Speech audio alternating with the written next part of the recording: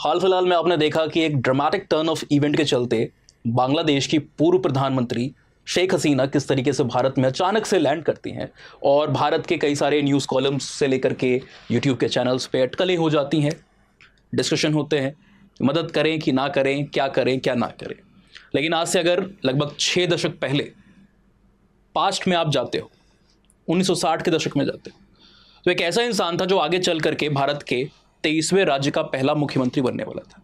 ये इंसान लैंड करता है 1960 के दशक में ईस्ट पाकिस्तान, जो बाद में जाकर के बांग्लादेश बना।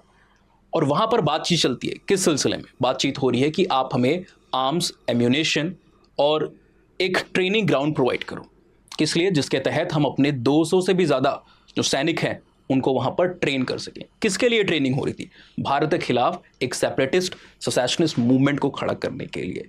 कौन कर रहा था? लालडेंगा साहब की अध्यक्षता के अंदर में जो MNF यानी कि मिजो नेशनल फ्रंट हुआ करता था, वो इस तरीके की मूवमेंट को चला रहा था। एम क्या था, गोल क्या था कि मिजोरम के अंदर में मिजो लोगों के लिए एक ऑटोनॉमस क्रिश्चियन सॉवरेन स्टेट को आप बनाना चाहते थे। इन्हीं सब के ऊपर हम यहाँ पर बात करेंगे। नमस्कार, मेरा नाम है उत्कर्ष सिंह। आज किसी कंसेप्ट को हम यहाँ पे डिस्कस नहीं करने वाले, बल्कि इतिहास के एक बहुत ही इंपॉर्टेंट किस्से जो ट्राइबल्स के साथ जुड़ा हुआ है, जो भारत के पहले प्रधानमंत्री से लेकर के राजीव गांधी साहब, इंदिरा गांधी, अजीत डोभाल से लेकर के तत्कालीन गृह सचिव RD प्रधान से जुड़ा हुआ है। इस किस्से को यहाँ पर हम सुनेंगे। इस किस्से की टाइमिंग के बारे में आपको बताते चलूँ कि अगर आप देखोगे तो लगभग 38 साल आज से पहले अगस्त 1986 में आप जाकर के देखोगे तो मिजो नेशनल अकॉर्ड जो आपका साइन होता है जून के महीने में, उसके अंतर्गत यहाँ पर स्टेटहुड की जो पूरी की इस्टेब्लिशमेंट है, बाद में 87 में जाकर के इसका फॉर्मलाइजेशन होता है, ये पूरी की पूरी किवायत पूरी होती है। तो 38 साल हो चुके हैं, 23वें राज्य मिजोरम के गठन हुए। लेकिन इसकी जो मूवमेंट है ना, ये बड़ी इंटरेस्टिंग है, बड़ी पिक्यूलियर है। किस तरीके से चूहों के आतंक से जुड़ा हुआ एक किस्सा भारत के अंदर में इतने बड़े सेपरेटिस्ट मूवमेंट को और MNF जैसी पार्टी को वहाँ पर खड़ा करता है, ये आपको सुनने में काफ़ी ज़्यादा आई बिलीव कि इंटरेस्ट आने वाला है। तो किस्सा बेसिकली शुरू कहाँ से होता है? इस एक पर्टिकुलर पौधे से शुरू होता है ना। ये क्या है? बेसिकली बैम्बू के बारे में आप जानते होंगे, जिसको बांस कहते हैं। बांस का जो जीनस होता है, इसका नाम क्या है? मेलोकाना, है ना। अब इसमें 2 स्पीशीज आती हैं, उसमें से एक की इमेज आपके सामने यहाँ पर लगी हुई है। इसका साइंटिफिक नेम क्या है? मेलोकाना बेसीफेरा। अब ये लगभग 48 से 50 साल की अवधि में एक बार फ्लावर करता है, और जब इसके सीड जहां पर भी गिरते हैं उसी जगह से ये वापस से रीजनरेट करता है, रीजर्मिनेट करता है। लेकिन जब ये सीड वहां पर गिर रहे होते हैं तो चूहों के लिए, रैट्स के लिए एक पूरी पार्टी हो जाती है। सारे के सारे चूहे इसके ऊपर टूट पड़ते हैं, इसको कंज्यूम करते हैं, और बहुत ही कम समय के अंदर में इन चूहों की जो संख्या है वो बहुत ज़्यादा बढ़ जाती है। बहुत ज़्यादा इनकी पॉपुलेशन जो है वहाँ पर बढ़ जाती है। आज तक इवन, क्योंकि 2007 में भी आप देखोगे इस तरीके का एक इवेंट हुआ था, है ना। इसको लोकल टर्म्स में नॉर्थ ईस्ट इंडिया के अंदर में मौतम कहा जाता है। ब्रिटिश राज के अगर हम ऑफिशियल डाटा और रिकॉर्ड्स को एक्सेस करते हैं तो हमें पता चलता है कि ये 1862 में एक ऐसा फिनोमेना हुआ था मौतम का, जब ये मेलोकाना बेसीफेरा फ्लावर किया और इसके सीड गिरे और उसके ऊपर रैट फीड किया, जिससे रैट्स की, चूहों की जनसंख्या काफ़ी बढ़ गई। ठीक है, तो बहुत तेज़ी से फीड करते हैं। जब तक वो सीड्स मौजूद हैं तब तक तो इन्होंने सीड्स के ऊपर फीड किया, बट जब सीड्स खत्म हो गए तो वो अटैक करना शुरू करेंगे। किसके ऊपर? फील्ड के ऊपर, क्रॉप्स के ऊपर। जो आप चीज़ों को उगा रहे हो, एग्रीकल्चर या किसी भी तरह की कल्टीवेशन एक्टिविटी कर रहे हो, आपके उपज के ऊपर सीधे उनका अगला अटैक होगा, क्योंकि सीड्स अब खत्म हो गए। तो ब्रिटिश राज का ऑफिशियल डाटा बताता है कि 1862 में इस तरीके का एक मौतम आ चुका है ना। दूसरा 1911 में आया, और तीसरा आता है 58-59 के टाइम फ्रेम में। नाउ हमेशा से जो लोकल्स होते हैं उनके पास कुछ ट्रेडिशनल नॉलेज होती है, और उन्होंने असम गवर्नमेंट, जबकि असम का हिस्सा हुआ करता था उस समय, तो असम गवर्नमेंट को वार्न भी किया कि इस तरीके का इवेंट हर लगभग 50 साल के आसपास होता है, तो हमें पहले से कुछ तैयारी करके रखना होगा ताकि ये प्रॉब्लम वहां पर ना आए। अच्छा, अब एक क्वेश्चन कई बार ये भी उठता है कि ये चूहे इतने ज़्यादा आकर्षित क्यों हैं इस मेलोकाना बेसीफेरा के सीड से? तो आज तक इसके ऊपर रिसर्च हो रही है। 2009 से लेकर के 2022 के बीच में आप देखोगे Jawaharlal Nehru tropical botanical institute जो आपका है, tropical botanical garden and research institute, इसने एक रिसर्च किया और इसका यह दावा था कि भाई इस मेलोकाना की जो स्पीशीज है इसके अंदर में जो एक हाई प्रोटीन कंटेंट है ना, इस हाई प्रोटीन कंटेंट की वजह से चूहे इसकी तरफ आकर्षित होते हैं और बहुत तेजी से इनका नंबर भी वहां पर बढ़ रहा होता है। लेकिन पीलॉस करके एक जर्नल आपको देखने को मिलेगी, इसने 2016 में एक रिसर्च पेपर को पब्लिश किया जो कि कहता है कि भैया प्रोटीन नहीं, इंस्टेड जो हाई शुगर कंटेंट है वो इन चूहों को अट्रैक्ट कर रहा है और इनके रैपिड मल्टीप्लिकेशन में हेल्प भी कर रहा है। अब फैक्टर्स चाहे जो भी हों, बट इन चूहों ने वहां पर अगेन 58-59 में अटैक किया। देश आज़ाद हो चुका था, नेहरू साहब हमारे देश के प्रधानमंत्री थे और अभी साइनो इंडियन वॉर जो 62 वाली थी वो हुई नहीं थी, लेकिन देश के अंदर में टर्बुलेंस के जो हालात थे वो आपको जाहिर तौर पर उस समय में देखने को मिले थे, 50s के डेकेड के एंथ में। खासकर में आप नॉर्थ ईस्ट के अंदर में देखते हो तो कई सारी इस तरीके की मूवमेंट जो थी उनकी भी स्टार्ट आपको होते हुए देखने को मिलती है। इसी का सिलसिला आपको शुरू होते हुए देखने को मिलेगा जब लालडेंगा नाम के एक लोकल जो लीडर हुआ करते थे, उन्होंने सन 1955 में मीजो कल्चरल सोसाइटी का गठन किया। पहले तो बेसिकली मीजो इंटरेस्ट की बात करती थी, मीजो हितों की बात करती थी, जो मीजो पीपल है उनके हितों की बात कर रही होती थी। लेकिन जब 58-59 का समय आ रहा था और कई सारे लोगों ने यह आशंका जताई कि वापस से इस तरीके का कोई एक फेमाइन आ सकता है, तो ये काफ़ी एक्टिव हो गया ग्रुप और इस एक्टिव होने के बाद इन्होंने काफ़ी सारे काम करना शुरू कर दिया। इस बीच में 58-59 में असल में वो मौतम का जो इवेंट है जिसकी आशंका बड़े बुजुर्ग उस समय दिखा रहे थे कि ये हो सकता है, वो आपदा वापस से आई। 100 लोगों से भी ज्यादा की यहां पर मृत्यु हो जाती है, 100 पीपल डाइड और ना जाने कितने जो क्रॉप्स हैं वो वहां पर डिस्ट्रॉय होते हैं, डैमेज होते हैं। असम की जो सरकार है उसके ऊपर लोकल्स वहां पर इल्जाम लगाते हैं कि हमने वार्न किया था पर आपने कहा कि हम अंधविश्वासी हैं, हम सुपरस्टिशियस हैं, हमें क्या पता, है ना, आपने हमारी बातों को इग्नोर किया। आनन फानन के चलते सरकार को तुरंत एक बाउंटी जारी करनी पड़ती है। बाउंटी आप समझते हो, आई होप, है ना, 40 पैसे एक पर्टिकुलर एक रैट को मारने के, कि एक रैट को मार के लिया। इतनी ज़्यादा जनसंख्या बढ़ गई और क्रॉप को डैमेज कर रहे हैं, बीमारियों को फैला रहे हैं और कुछ ही हफ्तों के अंदर 2 मिलियन यानी कि लगभग 20 लाख चूहों को मार दिया जाता है। कितनी सोचिए हास्यास्पद बात ये आपको देखने को मिल रही है। ऑलराइट, इसी के चलते यहाँ पर ये जो ऑर्गेनाइजेशन है इसको एक फ्यूल मिल जाता है कि हम इस चीज़ का यहाँ पर थोड़ा सा फ़ायदा उठा सकते हैं और इसने अपनी संस्था का नाम मार्च 1960 में बदल लिया और रख दिया मौतम फ्रंट। एक साल बाद जब ये मौतम आया उसके एक साल बाद इन्होंने नाम बदल के मौतम फ्रंट कर लिया। अब ये कई प्रकार के रिलीफ वर्क कर रहे हैं और मीज़ोस को कई बार मोबिलाइज कर रहे हैं। जो यूथ है, साथ ही साथ जो वहाँ पे ट्राइबल ग्रुप होते हैं उनको भी यहाँ पर बताया जा रहा है, समझाया जा रहा है कि किस हिसाब से हमारे इंटरेस्ट को इग्नोर किया जा रहा है और हमारी बातों को कभी नहीं सुना जाएगा जब तक हमारा एक अलग से खुद का स्टेट नहीं होगा, खुद की सरकार नहीं होगी, आपके अपने लोग नहीं होंगे, बाहरी आपकी बात कभी भी नहीं सुनने वाले हैं। तो हम अलग हैं, वो अलग है, हमारी सरकार, हमारा अलग से एक राज्य होगा, ऑटोनॉमी होगी, क्रिश्चियन स्टेट अलग से बनेगा मीज़ोस का, तभी हमारे हितों में काम हो पाएगा। तो काफ़ी मोबिलाइजेशन शुरू हो जाता है और उसी साल सितंबर 1960 के समय में वापस से एक बार नाम चेंज होता है और मौतम फ्रंट से अब नाम कर दिया जाता है मीज़ो नेशनल फेमाइन फ्रंट। आपदा के लिए यहाँ पर नाम को बदला जाता है। एक अच्छा खासा यूथ का और ट्राइबल्स का सपोर्ट मिलना शुरू हो जाता है और इस मूवमेंट को और भी आगे बढ़ा दिया जाता है ना। ये मूवमेंट एक नया रुख ले रहा है, इंडिया के खिलाफ एक अलग से स्टेट को, सेपरेटिस्ट मूवमेंट को खड़ा करने का ये रुख लेता जा रहा है। आप देखोगे कि 1961 में वापस से 1-2 साल के अंदर में नाम पे नाम बदले जा रहे हैं। 1961 के अंदर में वापस से इसका नाम बदल करके फाइनली मीज़ो नेशनल फ्रंट रख लिया जाता है। अभी भी जो लीडर हैं उसके, वो कौन है, लालडेंगा साहब। और कई प्रकार का मोबिलाइजेशन यहाँ पर शुरू हो जाता है। मोबिलाइजेशन अलग अलग प्रकार का, भड़काऊ भाषण दिए जा रहे हैं, लोगों को मोबिलाइज किया जा रहा है, उन्हें प्रेरित किया जा रहा है, उकसाया जा रहा है ना। एक आर्मी बनाई जा रही है, खुद की मीज़ो नेशनल आर्मी जो है उसका वहाँ पर गठन किया जा रहा है। इन सारी चीज़ों को देखते हुए सरकार जो है इनको फाइनली अरेस्ट कर लेती है। नेहरू जी का जो डेथ था जिस ईयर में 64 में 27 मई के आसपास, अगर मैं गलत नहीं हूँ तो शायद एक बार आप चेक कीजिएगा, मुझे एग्जैक्टली नहीं याद है, बट 27 मई के पास शायद नेहरू जी की डेथ होती है। और उसी साल 1964 में इनकी मूवमेंट को देखते हुए अरेस्ट कर लिया जाता है इन भाई साहब को, इनको अरेस्ट कर लिया जाता है। तो he was been arrested on that particular event 1964 में।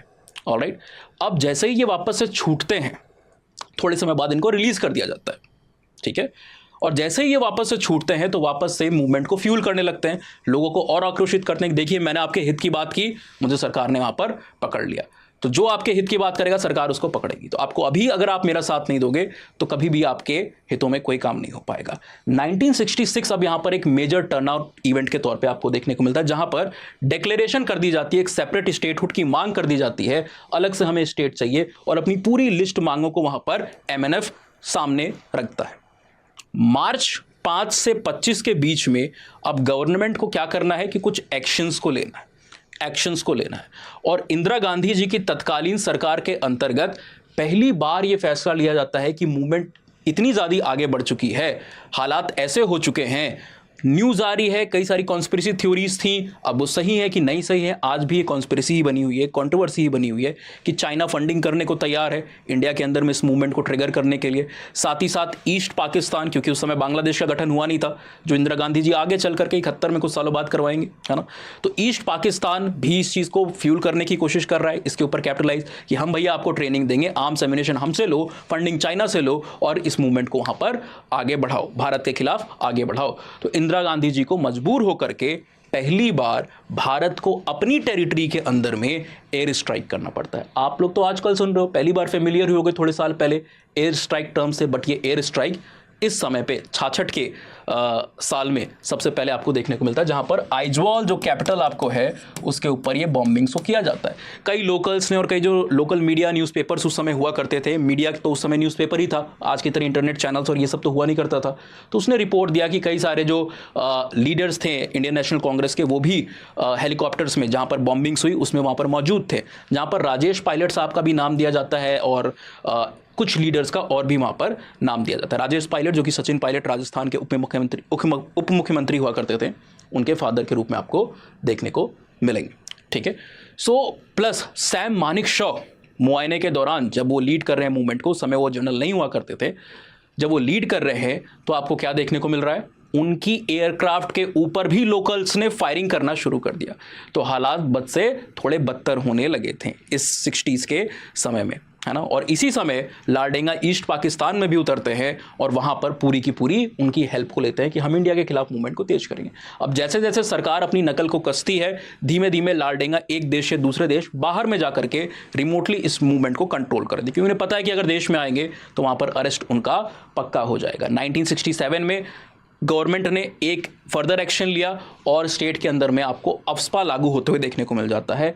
Arm force special power act वहाँ पर लागू होता है, जिसके अंतर्गत आर्मी के पास स्पेशल प्रिविलेज है और खासी आपको देखने को मिलेगा कि मूवमेंट जो होती है ये थोड़ी धीमी होने लगती है, क्योंकि बाहर से कंट्रोल कर रहे हैं, अंदर आएंगे तो पकड़े जाएंगे, इस चीज़ का आपको डर देखने को मिल रहा होता है। इसी बीच ये जो रस्साकसी चल रही है, 1972 में इसको यूनियन टेरिटरी का भी दर्जा मिल जाता है, अलॉन्ग विद अनदर स्टेट जो कि आपका अरुणाचल प्रदेश, उसको भी दर्जा मिल रहा है और इसको भी मिल रहा है। बाद में सेटलमेंट के लिए काफ़ी प्रयास होने लगते हैं। इंदिरा गांधी जी ने अपने समय पर कंट्रोल करने का प्रयास किया, बट राजीव गांधी जो अपने थोड़े से सौम्य स्वभाव के लिए जाने जाते हैं, इवन अटल बिहारी वाजपेयी साहब का आपने जरूर वो पार्लियामेंट के अंदर में भाषण देखा होगा, तो उन्होंने बताया कि विरोधी पार्टी से होते हुए भी किस तरीके से मेरे स्वास्थ्य की चिंता करते हुए पूरा एक डेलीगेशन भेज दिया था मेरे साथ मेरे इलाज के लिए, और किसी को ये बात बताई भी नहीं। जब राजीव गांधी जी की डेथ होती है तो पार्लियामेंट में इस तरीके के एनेक्डोट को अटल बिहारी साहब शेयर कर रहे होते। तो एक समय पॉलिटिक्स वैसी भी थी कि इस तरीके की मित्रतापूर्ण दोनों पार्टीज के बीच में संबंध हुआ करते थे। बहरहाल जब 80 का दशक आता है, इंदिरा गांधी जी की भी 84 में आपको डेथ होती हुई देखने को मिलती है, लगभग 20 साल बाद नेहरू जी की डेथ के बाद, और प्राइम मिनिस्टर एक भारी भारत के इतिहास की सबसे बड़ी जो जीत कहलाती है, राजीव गांधी साहब को विक्ट्री मिलती है जब विपक्षी पार्टियां अपने घुटनों पर आ जाती है और राजीव गांधी जी एक सरकाज़्म को, तंज को वहां पर कसते हैं कि हम दो हमारे दो।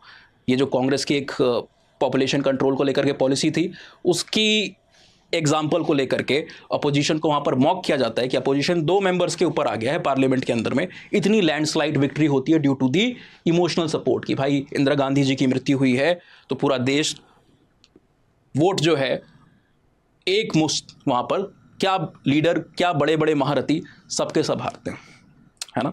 हेमवती नंदन बहुगुणा जैसे जो प्लेयर्स हैं, बड़े पॉलिटिशियन, सीजन पॉलिटिशियन कहलाते थे, जिनकी कुर्सियों को कोई टच नहीं कर सकता था।